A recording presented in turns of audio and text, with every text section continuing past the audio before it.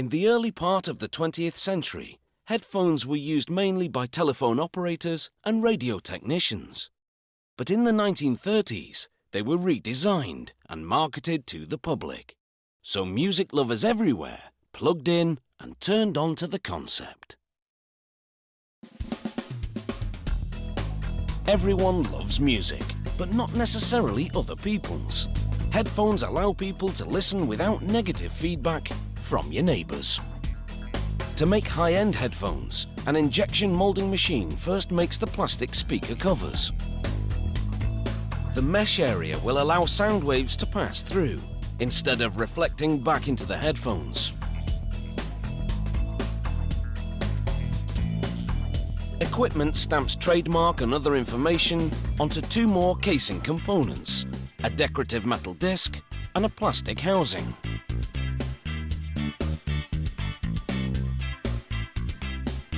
The next machine winds copper wire around a cylinder hundreds of times. The wire is as thin as human hair. The winding is computer controlled to produce a critical component, the headphone's voice coil. When magnetized by an incoming signal, the voice coil vibrates a diaphragm, causing it to emit sound. That diaphragm now takes shape as a press applies heat and pressure to a plastic membrane. The press molds the plastic so it's thicker in the center and thinner around the outer zone. This gives a wide and flat audio frequency range. A technician punches out the molded shape.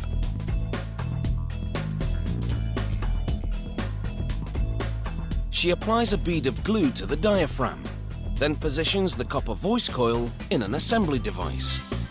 She aligns the glued section of the diaphragm with the coil. Ultraviolet light activates the glue to seal the coil to the diaphragm. The plastic housings each contain a magnet.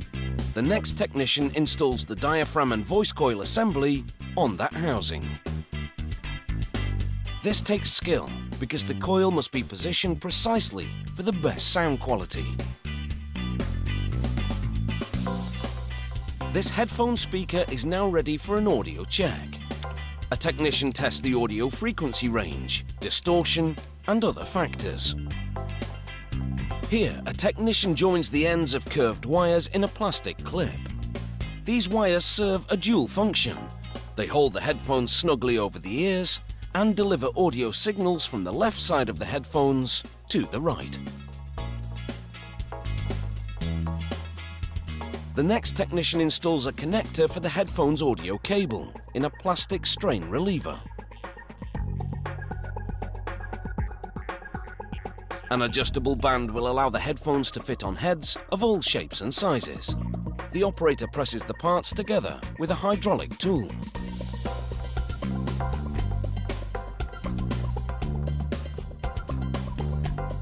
Moving down the line, a technician now joins the two halves of the speaker housing. She forces the two parts together with a pneumatic tool and finishes it off with a decorative metal ring.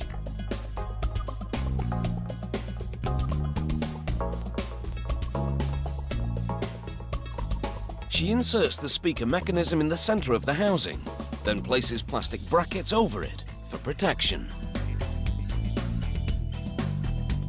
She then secures the entire assembly to the housing.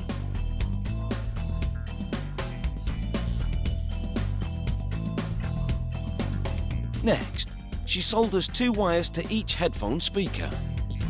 A plastic ring and cover protect it, while still allowing the wires to protrude. She attaches the end of the headband to the speakers. Then solders the wires from the speaker to those protruding from the headband. She presses a plastic grill into place over each speaker, very carefully, to prevent scratching. These headphones are now wired for sound. And whether you like Pet Shop Boys or Puccini, your choice of music will be silent to all but one